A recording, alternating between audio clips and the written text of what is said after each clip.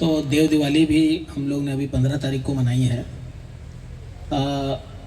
But nevertheless देर आए दुरुस्त आए, ये एक अच्छा अवसर है और ऐसा अवसर होते रहना चाहिए। मैं राकेश जी को धन्यवाद दूंगा इसके लिए कि उन्होंने ये अवसर यहाँ की जनता को दिया, हम लोग को भी दिया आप लोगों से रूबरू होने का। मंच पर उपस्थित आदरणीय श्री नागर सिंह जी चौहान, कैबिनेट मंत्री मध्य प्रदेश शासन, आदरणीय श्रीमती हजरीबाई खरत, जिला पंचायत। नमस्कार।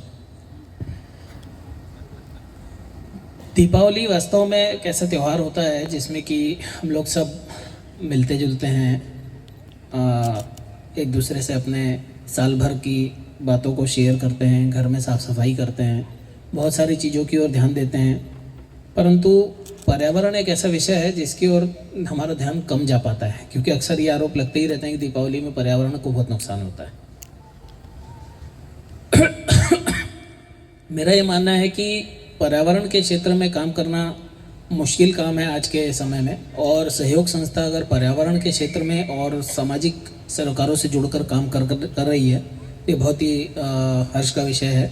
इसके लिए भी पर्यावरण और सहयोग संस्था के जो कर्ता धर्ता हैं वो बधाई के पात्र हैं। ऐसा हमारे यहाँ पुराणों में कहा गया है कि एक पेड़ जो होता है, खासकर पीपल का पेड़, वो हमारे 100 पुत्रों के बराबर है।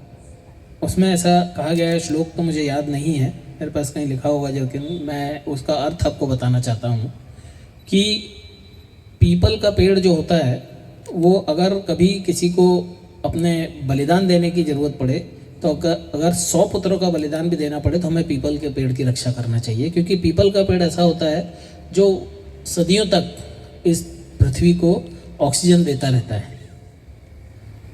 और आपने देखा होगा जरूर कि पीपल का पेड़ लगता भी बड़ा मुश्किल से है। पीपल का पेड़ के पौधे या बीज नहीं होते, पीपल का पेड़ कौवे की बीट से लगता है। और वो भी आपने अक्सर देखा होगा कि पुरानी इमारतों पे, बिल्डिंग्स के ऊपर दरारों में से पीपल के पेड़ उगते हैं, कोई इसी कारण उगते हैं। तो पीपल का पेड़ लगाना और पीपल के पेड़ को बचाना ये बहुत महत्वपूर्ण है। बाकी सब पेड़ भी उतने ही महत्वपूर्ण है। मैंने सिर्फ एक नाम लिया कि हमारे जो पुरखे रहे, हमारे जो फोर फादर्स रहे, उन लोग पर्यावरण के प्रति कितने सजग रहे होंगे, कितने उन लोग की जानकारी रही होगी। आज हम लोगों को उन चीज़ों की महत्व समझ में नहीं आता है, और कई सारी चीज़ों को वो हमारे पुरखे जानते थे। आगे आने वाले समय ऐसा हो सकता है कि वो हर चीज़ को हम वैज्ञानिक कसौटी पे कसेंगे। तो वैज्ञानिक कसौटी पर कसने के लिए भी उन लोगों ने उन चीज़ों के पीछे उसकी जो मंशा थी, उसकी जो ज्ञान था, वो उन्होंने लिख के रखा। परंतु हमारे देश की जो जनता है वो धर्म भीरू जनता है। भगवान का नाम ले लें आप, कहीं पर धर्म का नाम ले लें, तो आदमी उस काम को बिना नॉलेज के, बिना क्वेश्चन किए भी कर देता है। जैसे आपको उदाहरण दूं मैं कि तुलसी का पौधा जो है हमारे घरों में लगा रहता है। पीछे हमारे घर में तुलसी का पौधा, लगभग हर परिवार में एक तुलसी का पौधा लगा मिलेगा। और हम रात शाम को, मेरी माँ जो है वो अक्सर, जब मैं छोटा था तो कहती थी कि शाम हो गई है, 7 बज रहा है लगभग, तो तुलसी के पौधे के सामने दिया लगा के हाथ जोड़ के खड़े होकर भगवान को नमस्कार कर लो 5 मिनट। मैं बहुत समय तक सोचता रहा कि भाई क्यों तुलसी के पौधे के सामने खड़े होकर नमस्कार करना है। लेकिन बाद में पता चला कि तुलसी के पौधे के सामने खड़ा रहकर नमस्कार करने से मेरे को 5 मिनट भी मैं खड़ा रहता हूँ तो मेरे को उतने समय तक शुद्ध ऑक्सीजन मिलती है।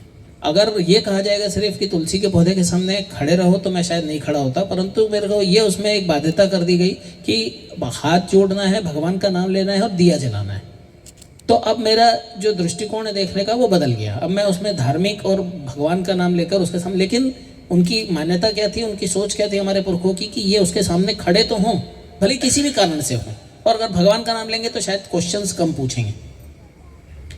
तो ये उन लोगों की सोच है। जैसे नदी को स्वच्छ रखना चाहिए, हम लोग नदी को माँ क्यों कहते हैं? पूरे विश्व में हिंदुस्तान एकमात्र ऐसा देश होगा जहाँ पे नर्मदा को माँ कहा जाता है, गंगा माँ कहा जाता है। नदी को माँ कहने के पीछे क्या कारण है? माँ कहने के पीछे कारण है कि हम हमारी अगर किसी को माँ कहेंगे तो उसको उतना आदर सम्मान देंगे, और नदी का हम उस तरीके से नदी को नष्ट नहीं करेंगे जिस तरीके से आज हम कर रहे हैं। तो आज भी आप देखेंगे नर्मदा के किनारे बहुत सारे ऐसे गांववासी हैं जो नर्मदा को माँ जैसा मानते हैं, माँ जैसा सम्मान देते हैं, और जितना उन लोगों ने इस नर्मदा को बचा के रखा है उस कारण से आज हम पानी पी पा रहे हैं। और जहाँ पर जिन लोगों ने इन सारी चीज़ों को नहीं माना, वहाँ पर उन नदियों की, उन जलाशयों की क्या स्थिति हो गई वो हमले से छुपा हुआ नहीं है। अगर आपको यमुना की हालत जाके दिल्ली में देखना पड़े तो आप देखिए कि यमुना की दिल्ली में क्या हालत है।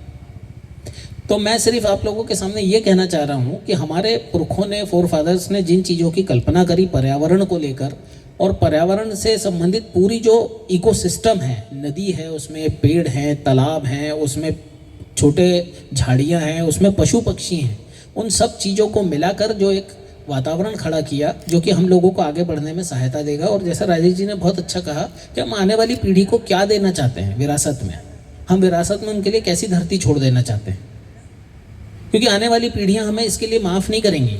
जब उन्हें घर के अंदर बैठे रहेंगी और उन्हें ऑक्सीजन नहीं मिलेगी और सिर्फ एसी की हवा में सांस लेंगे और बाहर जाना 55 डिग्री टेम्परेचर में मुश्किल हो जाएगा, तो वो हमें माफ़ नहीं करेंगे।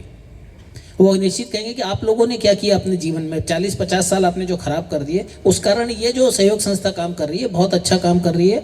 हम लोग इनके पूरी तरह से साथ हैं और मैं आपको विश्वास दिलाता हूँ कि आगे भी अगर इस तक कोई भी ज़रूरत जिला प्रशासन से आपको पड़ती है तो मैं, मेरा पूरा प्रशासन और हमारा पुलिस प्रशासन आपके साथ खड़ा रहेगा। आप सभी लोगों को पुनः एक बार दीपावली की शुभकामनाएं। दीपावली मिलन के उत्सव होते रहें और सब लोग हम लोग मिलते रहें, इसी आशा के साथ नमस्कार।